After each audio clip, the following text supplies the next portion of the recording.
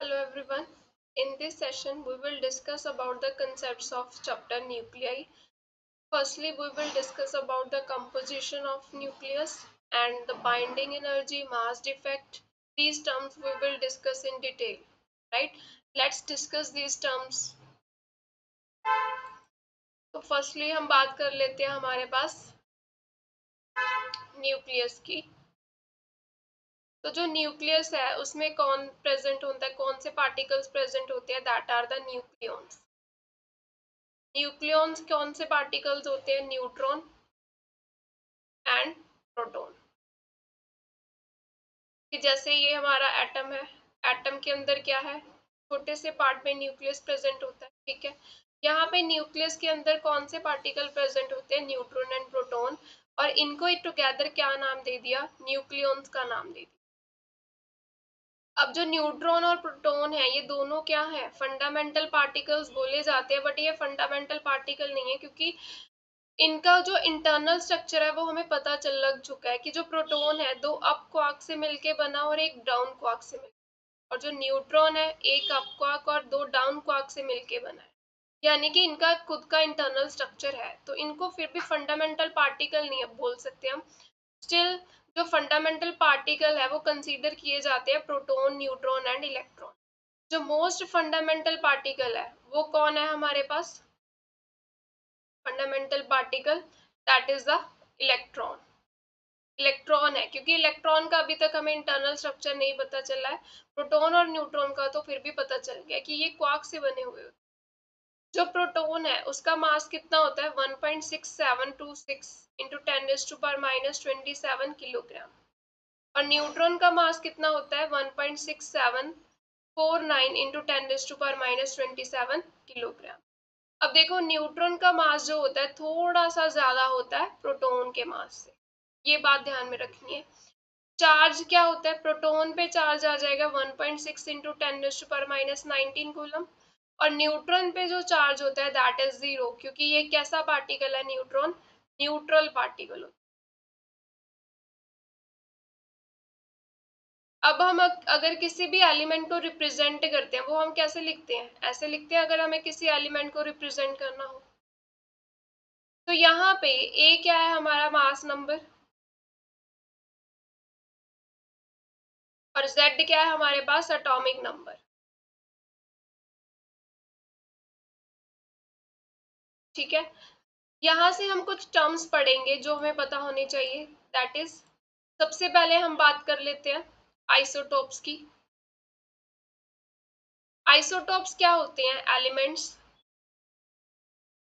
Having same atomic number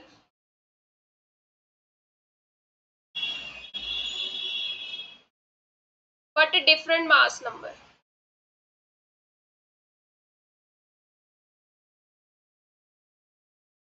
कि जिनका atomic number same हो, यानी कि Z क्या मिले? सेम मिले, बट A जो है आपको क्या मिलेगा? डिफरेंट मिलेगा। ऐसे एलिमेंट्स को क्या बोला जाता है? आइसोटोप। जैसे इसकी एग्जांपल देखो, हमारे पास हाइड्रोजन होती है, ऐसे रिप्रेजेंट करते हैं हाइड्रोजन को। इसके दो आइसोटोप्स हैं, ड्यूटेरियम एंड ट्रिटियम। अब देखो सबका Z सेम है, डिफर क्या है? A। तो ये जो एलिमेंट्स है इनको क्या बोला जाता है? आइसोटोप्स बोला जाता है। फिर आते हैं हमारे पास आइसोबार्स। आइसोबार्स क्या होते हैं? Elements having same mass number but different atomic number. Isotope के ऑपोजिट कंडीशन आ गई, उनको आइसोबार्स बोला जाता है। जैसे इसकी एग्जांपल देखो, कार्बन और नाइट्रोजन। अब देखो दोनों में ए क्या है? सेम है, सेम मास नंबर हो गया, बट जो एटॉमिक नंबर है वो क्या है? डिफरेंट है। सो इन एलिमेंट्स को क्या बोला जाता है? आइसोबार। आइसोटोन्स क्या होते हैं? आइसोटोन्स वो elements which have same number of neutrons, जिनमें नंबर ऑफ न्यूट्रॉन सेम होते हैं, उन एलिमेंट्स को हम क्या बोलते हैं? आइसोटोन्स। जैसे इसकी एग्जांपल देखो, क्लोरीन,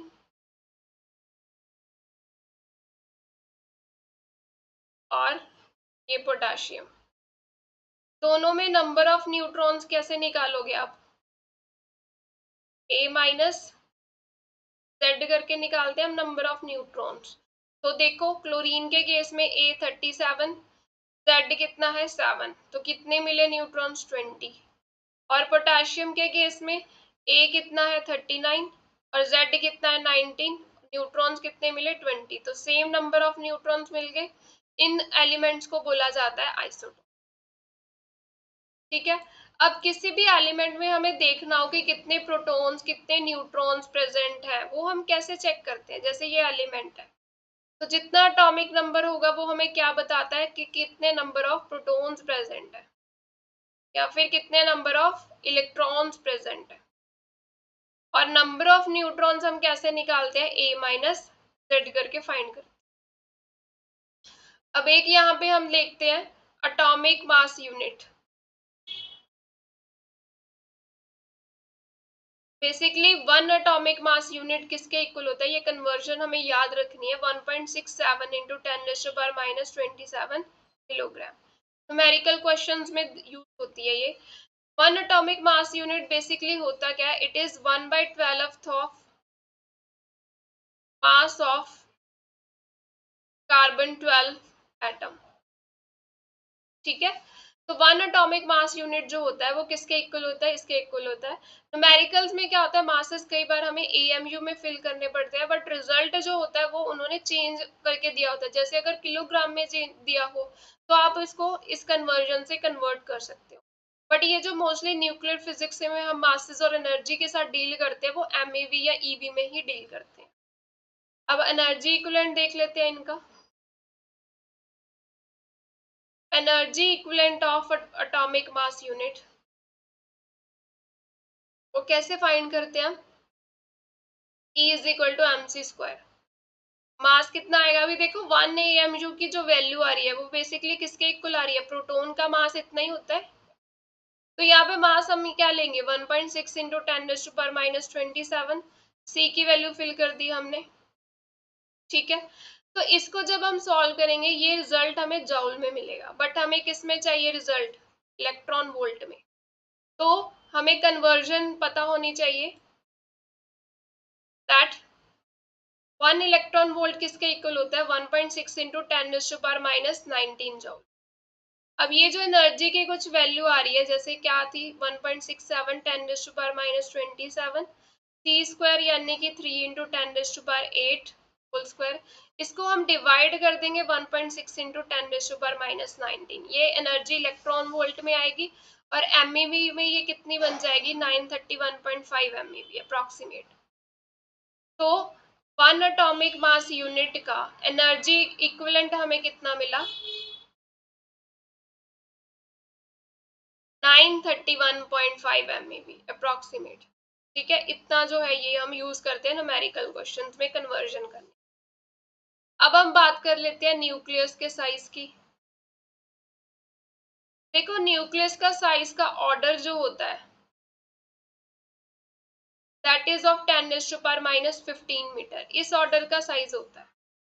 मोस्टली जो न्यूक्लियस का साइज है यानी कि जो वॉल्यूम होता है न्यूक्लियस का, वो किस पे डिपेंड करेगा? कि उसमें कितने नंबर ऑफ न्यूक्लियॉन्स प्रेजेंट है। अगर न्यूक्लियॉन्स कम है तो न्यूक्लियस का वॉल्यूम क्या आएगा? कम आएगा। अगर नंबर ऑफ न्यूक्लियॉन्स ज्यादा है तो वॉल्यूम क्या होगा? ज्यादा होगा। न्यूक्लियस को स्फेरिकल शेप ली जाती है। ठीक है, वैसे तो थोड़ी सी डेविएशन होती है, प्रॉपर स्फेरिकल शेप नहीं होती, बट स्फेरिकल शेप कंसीडर की जाती है। तो वॉल्यूम ऑफ स्फीयर क्या होगा? 4/3 पाई आर क्यूब। यहाँ से नंबर ऑफ न्यूक्लियॉन पे डिपेंडेंसी आ गई। अगर हम इसको आर क्यूब को देखें, ये किस पे डिपेंड कर रहा है? 3/4 पाई इंटू ए। तो ये तो सारे कांस्टेंट ही है। यहाँ से हम कह सकते हैं कि जो रेडियस है इसका वो किस पे वेरी कर रहा है? ए के साथ वेरी कर रहा है। A is what? Number of nucleons. वो हमें किससे पता चलते हैं? मास नंबर से। किसी भी एलिमेंट का जितना मास नंबर है उतने क्या होंगे? उसमें नंबर ऑफ न्यूक्लियॉन्स प्रेजेंट होंगे। तो अगर हम इसको देखें, आर क्यूब कैसे वेरी कर रहा है? ए के साथ।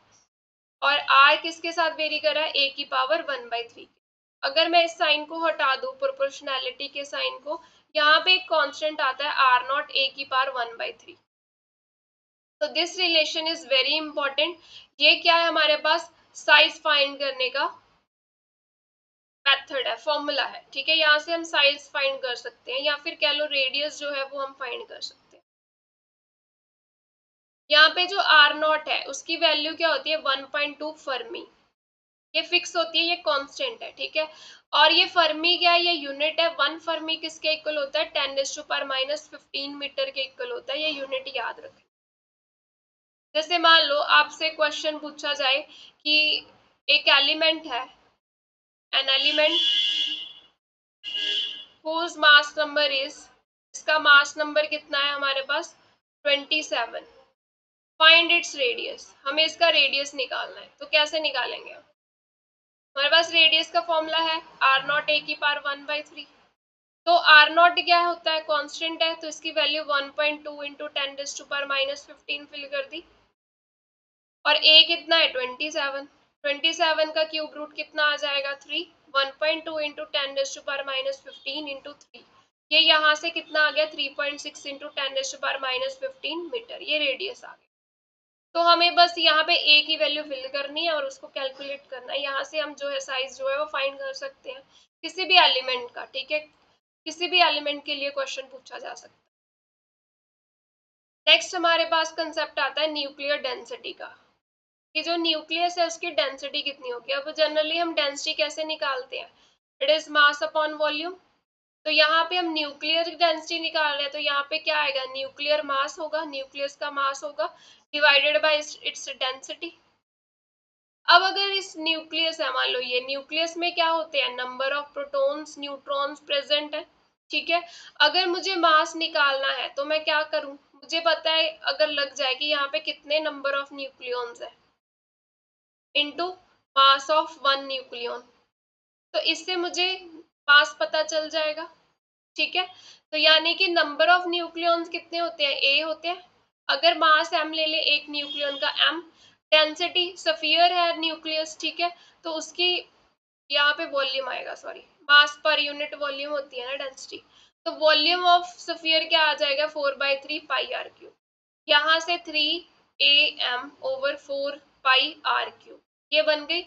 आर की वैल्यू फिल कर देते हैं हम, यहाँ पे क्या आएगा 4 पाई, आर की जगह आर नॉट ए की पावर 1/3 इसका क्यूब, ये हमारे पास क्या आ गया 3 am divided by 4 pi r naught cube into A, ये ए से ए कैंसिल हो गया, तो क्या रिजल्ट मिला 3m/4 पाई आर नॉट क्यूब। ये सभी वैल्यूज देखो कांस्टेंट है, 3/4 इज फिक्स, एम भी फिक्स होगा मास न्यूक्लियन का, और पाई की वैल्यू भी फिक्स है, आर नॉट भी 1/2। तो यहाँ से क्या पता चला, जो डेंसिटी है दैट इज कांस्टेंट, वो ए पे डिपेंड ही नहीं कर रही, does not depend on the mass number, इस पे ए पे डिपेंडेंसी नहीं आ रही है इसकी, ठीक है। जनरली अगर इसकी वैल्यू देखी जाए वो कुछ इतने ऑर्डर की आती है, 2 इंटू 10⁻⁻17,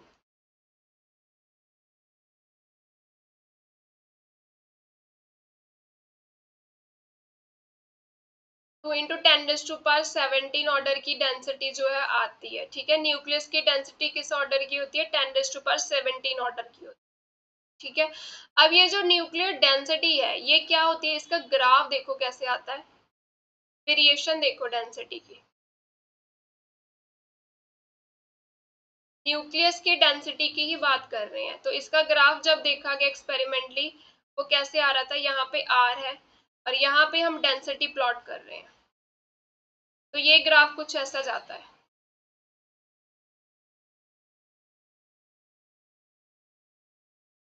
ठीक है।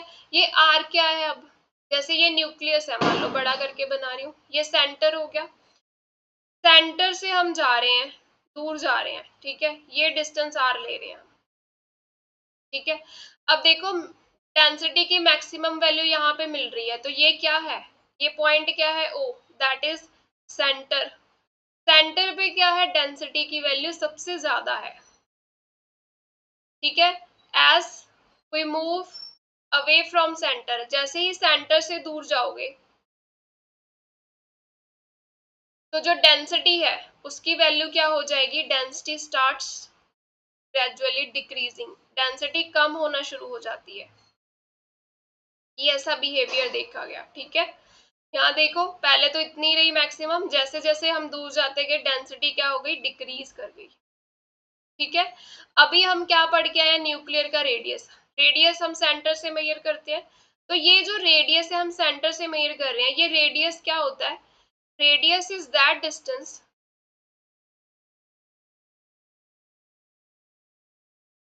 From the centre of nucleus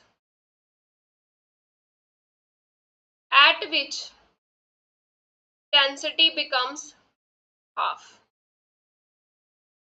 मतलब जो हम रेडियस निकाल रहे हैं वो रेडियस बेसिकली है क्या, वो डिस्टेंस है जहां पे डेंसिटी कितनी रह जाती है, हाफ रह जाती है। अगर मान लो ये मैक्सिमम डेंसिटी है रो नॉट, ठीक है, हाफ यहाँ पे आ जाएगी रो नॉट बाई टू। तो देख लो यहाँ इसके कॉरस्पॉन्डिंग जो आर की वैल्यू आएगी यहाँ पे, तो ये जो आर है ये क्या है, रेडियस। रेडियस हमारा वो डिस्टेंस होता है न्यूक्लियस के सेंटर से जहां पे डेंसिटी क्या होती है, हाफ होती है। तो ये वेरिएशन होती है डेंसिटी की, कि मैक्सिमम कहाँ पे मिलेगी, सेंटर पे मिलेगी। जैसे ही सेंटर से दूर जाओगे तो डेंसिटी क्या हो जाती है, डिक्रीज होना स्टार्ट हो जाती है, ठीक है। उसके बाद जो हम रेडियस पढ़ रहे हैं, रेडियस क्या होता है, वो डिस्टेंस होता है सेंटर से, कि जिस डिस्टेंस पे क्या हो रही है, डेंसिटी हाफ रह जाती है। तो यहाँ पे जो अगर रेडियस ये वाला है, तो यहाँ पे जो डेंसिटी रह जाएगी वो क्या रह जाएगी, हाफ डेंसिटी रह जाएगी, ठीक है। तो ये वेरिएशन थी डेंसिटी की। अब हमें पता है न्यूक्लियस के अंदर क्या है, न्यूक्लियॉन्स प्रेजेंट है, ठीक है। न्यूक्लियॉन्स न्यूक्लियस के अंदर कैसे प्रेजेंट है, उनको होल्ड कौन करके रख रहा है, तो यहाँ पे जो फोर्सेस प्रेजेंट होती है that are the nuclear force. Nuclear forces कौन सी फोर्सेस होती हैं, that forces present between nucleons. अगर ये फोर्सेस ही नहीं होंगी तो न्यूक्लियॉन्स होल्ड ही नहीं हो सकते और ना ही हमारा न्यूक्लियस जो है वो एग्जिस्ट कर पाएगा, ठीक है। तो ये जो फोर्सेस है ये न्यूक्लियॉन्स के बीच लगती है फोर्सेस। न्यूक्लियॉन्स यानी कि न्यूट्रॉन प्रोटॉन, न्यूक्लियस के अंदर क्या प्रेजेंट है, न्यूट्रॉन और प्रोटॉन प्रेजेंट है। तो इनके बीच ये फोर्सेस जो है वो प्रेजेंट होती है, ठीक है। अभी इनके कुछ प्रॉपर्टीज पढ़ लेते हैं, प्रॉपर्टीज ऑफ न्यूक्लियर फोर्सेस। सबसे पहले तो ये क्या है, it is the strongest force in the nature. ये सबसे ज्यादा स्ट्रॉन्ग फोर्सेस है नेचर में, ठीक है। दूसरी बात, ये कैसी फोर्सेस होती है, शॉर्ट रेंज फोर्सेस होती है। शॉर्ट रेंज मतलब बहुत कम डिस्टेंस तक ये एग्जिस्ट करती है, उसके बाद ये क्या हो जाएंगी, एग्जिस्ट ही नहीं करती। मतलब शॉर्ट रेंज कितना, 2 से 3 फर्मी डिस्टेंस तक ये एग्जिस्ट करेंगी। अगर आप डिस्टेंस बढ़ा दोगे 3 फर्मी से ज्यादा, तो ये जो फोर्सेस है वहां पे एग्जिस्ट ही नहीं करेंगी। बेसिकली कहने का मतलब न्यूक्लियस के अंदर ही ये फोर्सेस प्रेजेंट होंगी, ठीक है, क्योंकि न्यूट्रॉन प्रोटॉन न्यूक्लियस के अंदर प्रेजेंट है, उनको होल्ड करने में ये हेल्प कर रही है। तो ये शॉर्ट रेंज फोर्सेस होती हैं।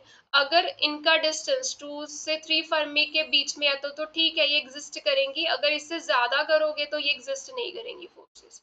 तो these forces are charge independent, ये चार्ज पे डिपेंड ही नहीं करती, ठीक है। अगर आप फोर्स फाइंड करो दो न्यूट्रॉन्स के बीच या दो प्रोटॉन के बीच या एक प्रोटॉन एक न्यूट्रॉन के बीच, सभी में फोर्सेस जो लगेगी वो सेम मैग्नीट्यूड की फोर्स लगेगी। ये चार्ज पे डिपेंड ही नहीं करती कि पार्टिकल पे चार्ज कैसा है, न्यूक्लियन पे चार्ज कैसा है, ठीक है। तो इन सब में क्या लगेगी, सेम फोर्स ही लगेगी, मैग्नीट्यूड फोर्स का सेम ही आएगा। फिर these forces are saturated forces. Saturated forces का मतलब क्या है, इट मींस जो न्यूक्लियॉन्स है they exhibit nearest neighbour interaction.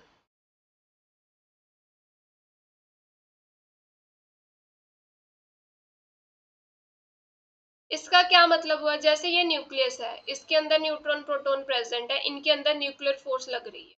अब मान लो हमने ए इंक्रीज कर दिया, मास नंबर इंक्रीज करने से क्या होगा, नंबर ऑफ न्यूक्लियॉन्स इंक्रीज हो जाएंगे।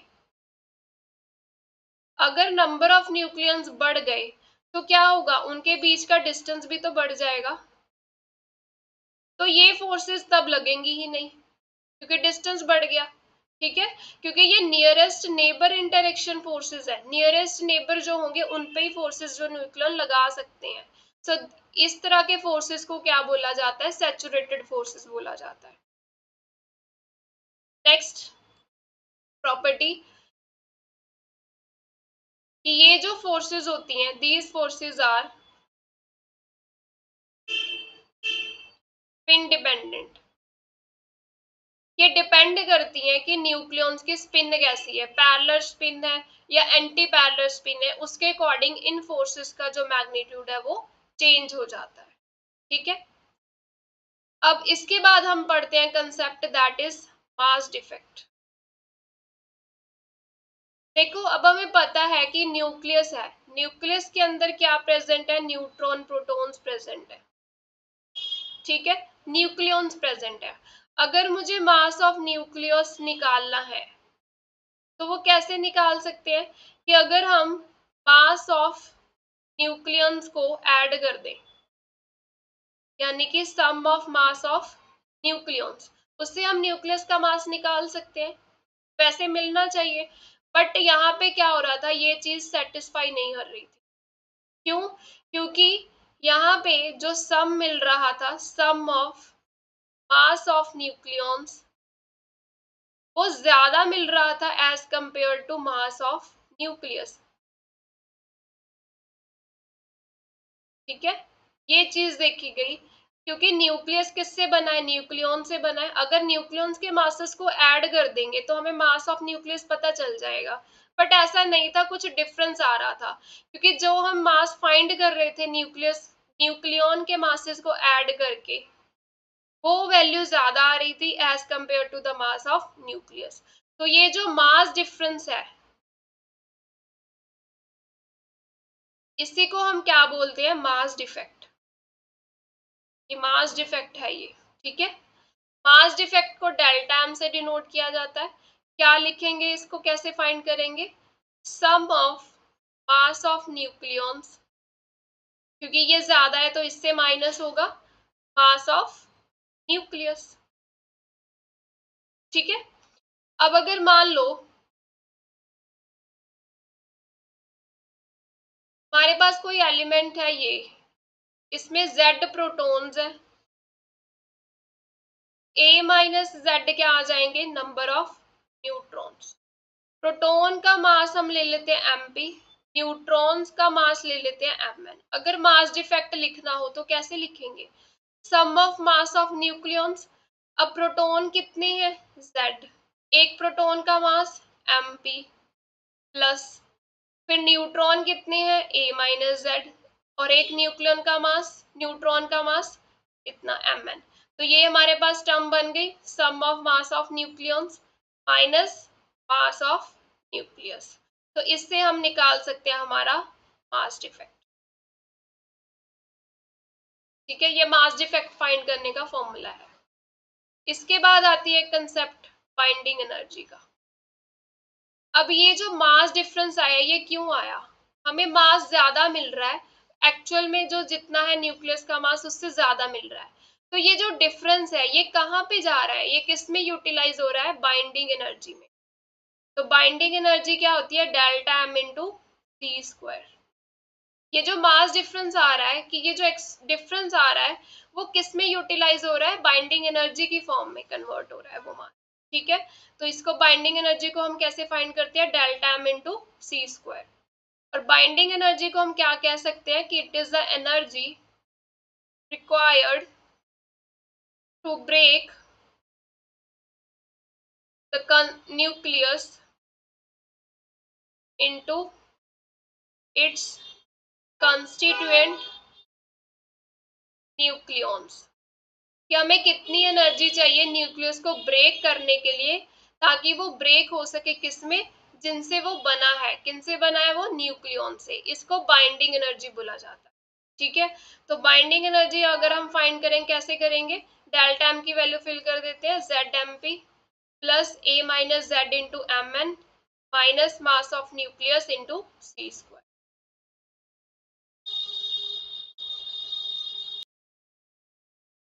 ठीक है, तो ये तो आ गई हमारे पास बाइंडिंग एनर्जी। अब एक टर्म होती है हमारे पास बाइंडिंग एनर्जी पर न्यूक्लियन।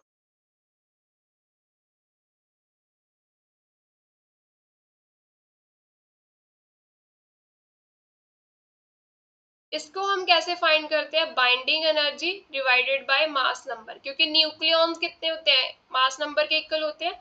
इसी को हम क्या बोलते हैं? Binding energy per nucleon. और अगर इसकी डेफिनेशन देखें तो ये एनर्जी क्या है? It is the energy required to extract या फिर remove a nucleon from the nucleus. मतलब हमें एक न्यूक्लियन को बाहर निकालने के लिए कितनी एनर्जी चाहिए? That is binding energy per nucleon. But binding energy क्या थी? हमें कितनी एनर्जी चाहिए न्यूक्लियस को तोड़ने के लिए के न्यूक्लियॉन्स में। तो ये दोनों में डिफरेंस है, ठीक है।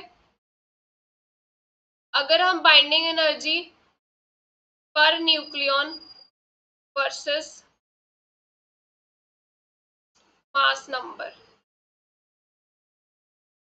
ये कर्व स्टडी की गई थी। तो ये जो कर्व है कुछ ऐसी मिली थी। इस तरफ मास नंबर प्लॉट किया गया था और इस तरफ बाइंडिंग एनर्जी पर न्यूक्लियन जो है वो प्लॉट की गई थी। तो ये रिजल्ट कुछ ऐसा मिल रहा था।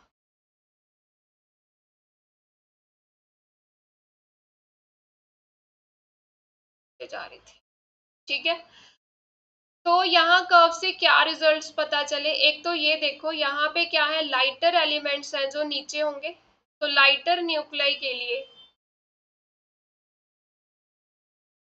बाइंडिंग एनर्जी पर न्यूक्लियन जो है वो स्मॉल है। Small value of binding energy per nucleon, क्योंकि लाइटर न्यूक्लाई कौन सी है? जिनका ए कम होगा, मास नंबर कम होगा। तो इस तरफ लाई करेंगे कर्व के लोअर एंड पे यहाँ पे।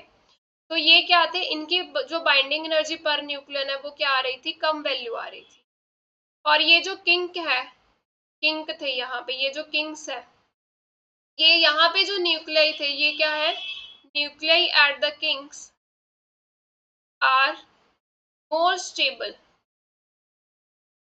Then neighbouring nuclei. तो किंग्स पे वो एलिमेंट्स थे, वो न्यूक्लियाई थे जो क्या है? ज्यादा स्टेबिलिटी है जिनकी। फिर ये बाइंडिंग एनर्जी पर न्यूक्लियन की एनर्जी इंक्रीज हो गई। मैक्सिमम जो होती है वो किसके लिए आती है हमारे पास?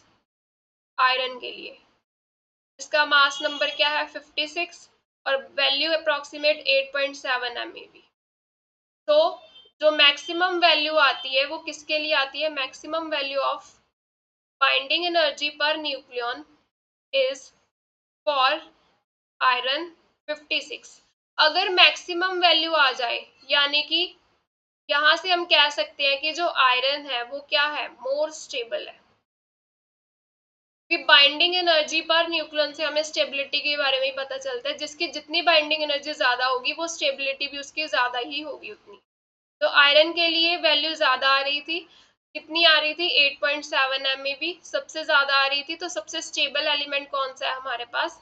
आयरन, ठीक है।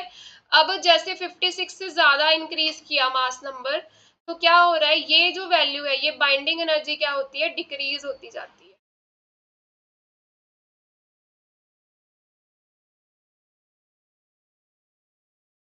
Binding energy per nucleon decreases for higher mass number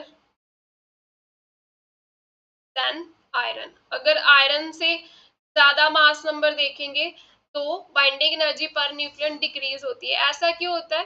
क्योंकि अगर मास नंबर ज्यादा है, मास नंबर क्या है? हाई है, तो उसमें क्या होगा? नंबर ऑफ न्यूक्लियॉन्स भी तो ज्यादा होंगे। न्यूक्लियॉन्स मतलब न्यूट्रॉन प्रोटॉन, वो भी क्या होंगे? ज्यादा मिलेंगे। अब प्रोटॉन ज्यादा होने से क्या होगा? इनमें कौन सी फोर्सेस लगती है? इलेक्ट्रोस्टैटिक रिपल्शन होगी, इनमें रिपल्सिव फोर्सेस प्रेजेंट होगी, ठीक है। तो ये रिपल्शन जो होती है प्रोटॉन्स के बीच में, उसी की वजह से क्या होता है? बाइंडिंग एनर्जी जो है वो कम हो जाती है, ठीक है। तो जो हायर मास नंबर वाले एलिमेंट्स है उनकी बाइंडिंग एनर्जी पर न्यूक्लियन क्या मिलती है? कम मिलती है। ये यहाँ से कर्व से पता चला। अब इसकी इंपॉर्टेंस क्या है, ये जो कर्व है हम पढ़ क्यों रहे हैं? देखो, बाइंडिंग एनर्जी पर न्यूक्लियॉन से हमें किसके बारे में पता चलता है? स्टेबिलिटी के बारे में। तो हर कोई क्या कोशिश करेगा एलिमेंट, कि वो आयरन के नजदीक पहुंचे, क्योंकि आयरन सबसे ज्यादा स्टेबल है, उतनी बाइंडिंग एनर्जी अटेन करने की कोशिश करेंगे। तो यहाँ पे दो प्रोसेस देखे गए कि जो लाइट न्यूक्लियाई है उनकी बाइंडिंग एनर्जी क्या थी? कम थी। वो क्या करते हैं? फ्यूज करते हैं। फ्यूज मतलब वो न्यूक्लियर फ्यूजन करते हैं, मतलब कंबाइन होते हैं। तो कंबाइन होके वो क्या करेंगे? To form a nuclei. तो एक तीसरा न्यूक्लियाई बनेगा जिसकी बाइंडिंग एनर्जी पर न्यूक्लियन क्या होगी? ज्यादा होगी। तो अगर ये वैल्यू ज्यादा आ गई यानी कि क्या आ गया? स्टेबल हो गए वो। तो सारा क्या? स्टेबिलिटी का, स्टेबिलिटी अटेन करने के लिए ये सब हो रहा है। ठीक है, स्टेबिलिटी सबसे ज्यादा आयरन की है क्योंकि उसकी बाइंडिंग एनर्जी सबसे मैक्सिमम है। तो जो लाइट न्यूक्लियाई है वो कोशिश क्या करेंगे कि वो फ्यूज हो जाए, फ्यूज होके वो कोई बड़ा न्यूक्लियाई बनाएंगे। ठीक है, और बड़ा न्यूक्लियाई बन रहा है तो उसकी बाइंडिंग एनर्जी पर न्यूक्लियाई जो है इसकी वैल्यू क्या हो जाएगी? इंक्रीज हो जाएगी। इंक्रीज होने का मतलब क्या है? स्टेबिलिटी अटेन हो जाएगी।